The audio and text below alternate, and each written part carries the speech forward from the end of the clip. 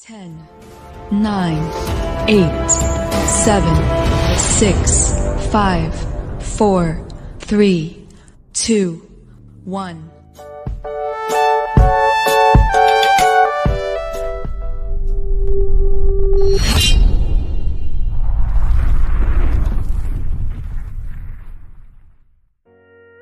Assalamualaikum warahmatullahi wabarakatuh. Selamat datang kembali pada channel YouTube Firmansyah Sanusi, yang tentunya pada pembelajaran sejarah peminatan kelas 10 IPS.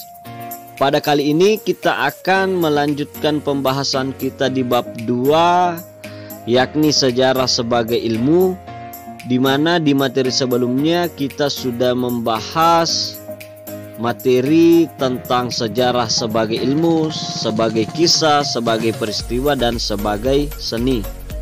Pada materi kali ini kita akan membahas tentang sifat-sifat ilmu sejarah.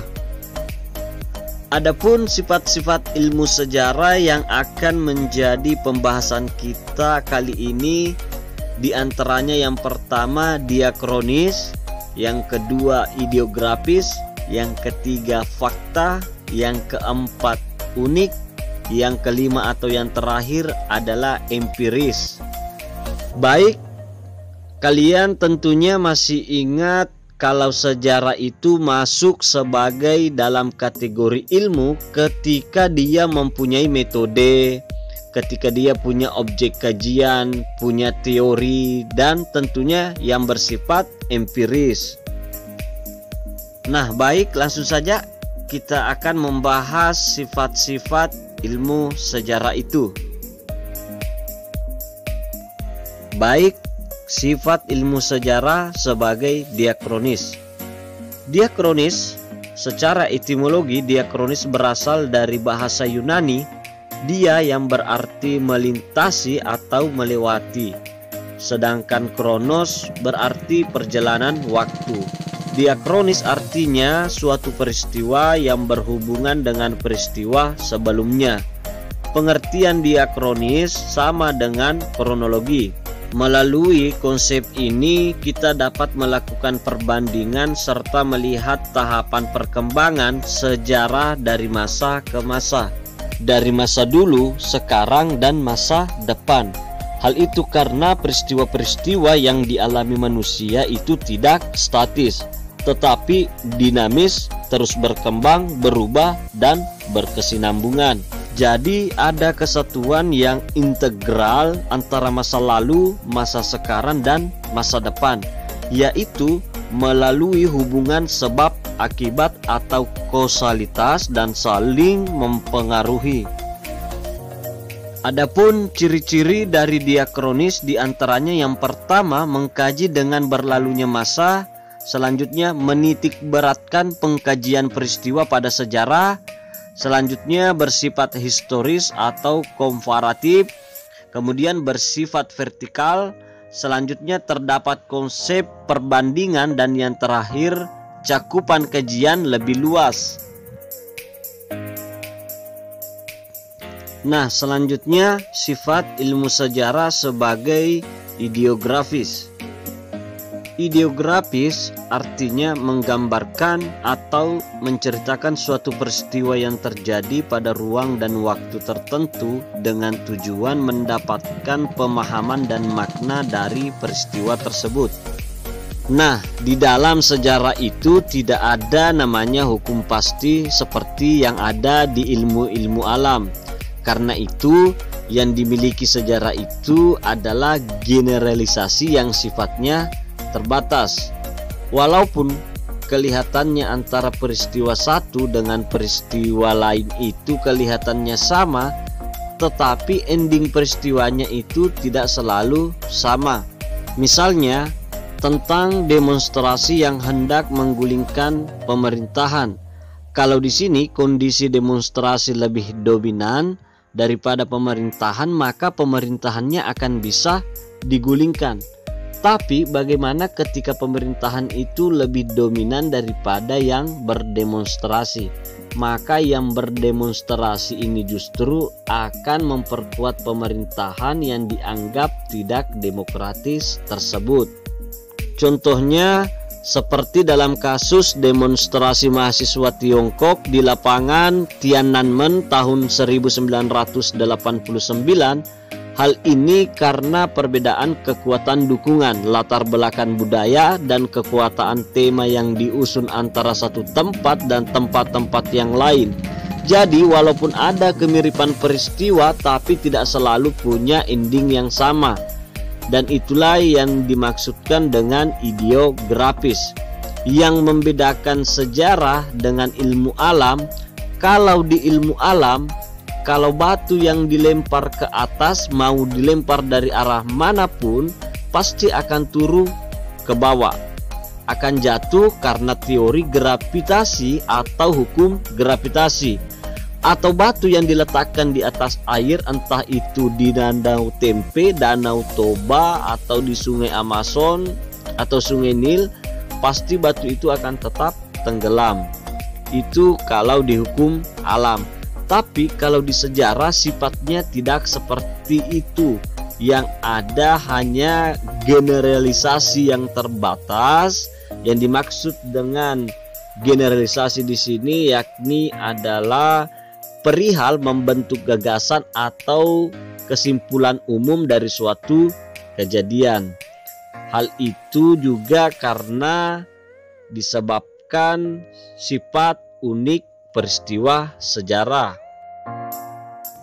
Baik, selanjutnya sifat ilmu sejarah sebagai fakta. Fakta artinya suatu peristiwa sejarah bukanlah rekaan manusia. Kepastian tentang fakta didapatkan dari hasil verifikasi terhadap data tentang peristiwa tersebut. Jadi, ini ditekankan berdasarkan data yang ditemukan berdasarkan hasil verifikasi. Verifikasi itu maksudnya adalah pengkonfirmasian ulang. Jadi misalnya ada banyak bukti yang ditemukan di suatu lokasi peristiwa sejarah, dan bukti-bukti itu bukan hanya fisik, tapi bisa juga dari hasil wawancara dengan beberapa narasumber. Nah, misalnya narasumber pertama bilang A, tapi narasumber yang lainnya bilang B. Nah, di situ kita butuh pengkonfirmasian ulang.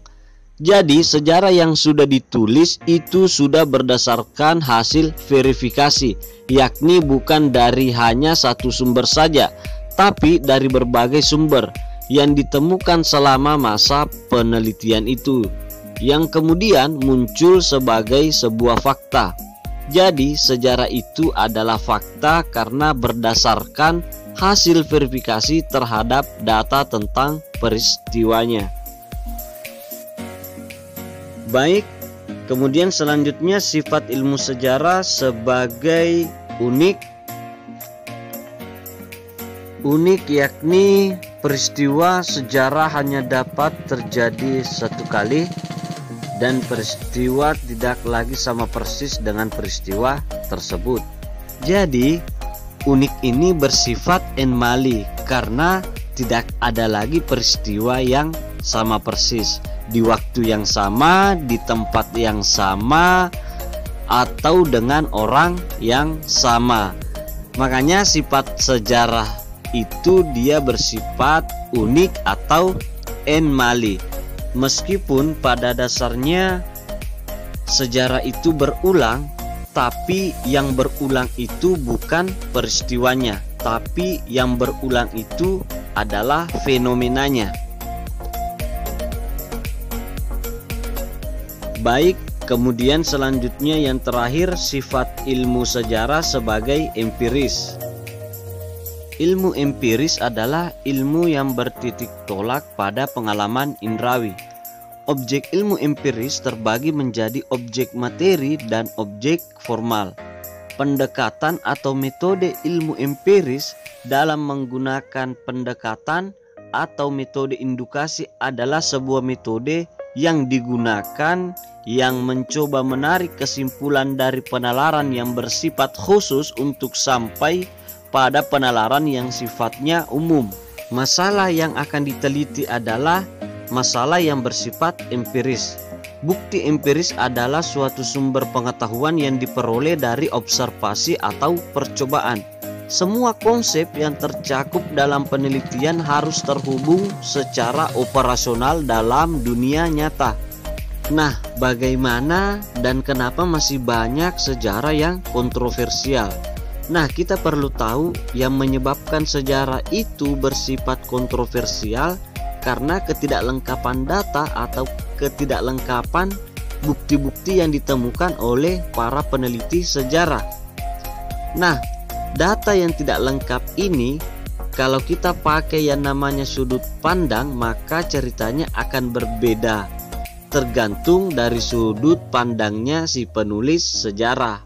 Karena itu, sejarah ada yang sifatnya subjektif, tergantung si penulis sejarah. Kemarin materi ini sudah dibahas tentang subjektif atau subjektivitas si penulis. Jadi, berdasarkan cara si peneliti memandang sebuah data-data, contohnya bagi orang Indonesia, Jenderal Sudirman adalah sosok pahlawan yang berjuang untuk bangsa Indonesia dan untuk melindungi tanah ibu pertiwi.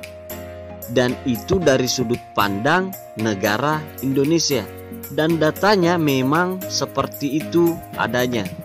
Tapi bagi orang Belanda, Jenderal Sudirman ini bukan sosok pahlawan, tapi dia itu adalah pemberontak yang berhasil mengacaukan pemerintahan mereka sehingga mereka menghadapi peperangan dengan Jenderal Sudirman yang harus mengeluarkan begitu banyak dana, sehingga membuat mereka kewalahan dan bangkrut. Dan itu juga fakta. Nah, jika fakta ini digunakan oleh orang-orang yang punya latar belakang berbeda, maka ceritanya akan berbeda. Tapi tetap saja sejarah itu bukan sebuah rekayasa. Dia fakta, hanya saja cara pandang dari penulisnya itu yang membuat sejarah kemudian menjadi sebuah kontroversial. Bisa juga karena sejarah, kalau sejarah itu sifatnya dekat atau jaraknya tidak terlalu jauh dengan kita peristiwanya, maka keadaan kontroversial ini akan semakin minim atau bisa ditekan karena semakin banyak bukti atau bukti-buktinya belum rusak dan belum hancur. Nah, bagaimana kalau peristiwa sejarah itu jauh terjadi sebelum kita ada, jauh terjadi sebelum teknologi itu ada, dan kesadaran manusia untuk menyimpan arsip itu ada? Maka disitulah muncullah kesulitan-kesulitan untuk mengumpulkan bukti-bukti itu tadi. Itulah yang dimaksudkan dengan empiris. Sejarah itu nyata dan bukan rekayasa karena berdasarkan pengalaman manusia, dan itu merupakan empiris.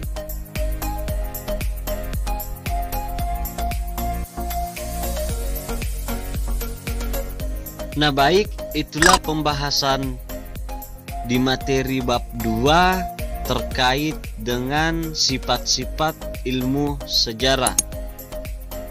Sekian, tetap semangat dan selalu mengikuti protokol kesehatan COVID-19 dan salam sejarah.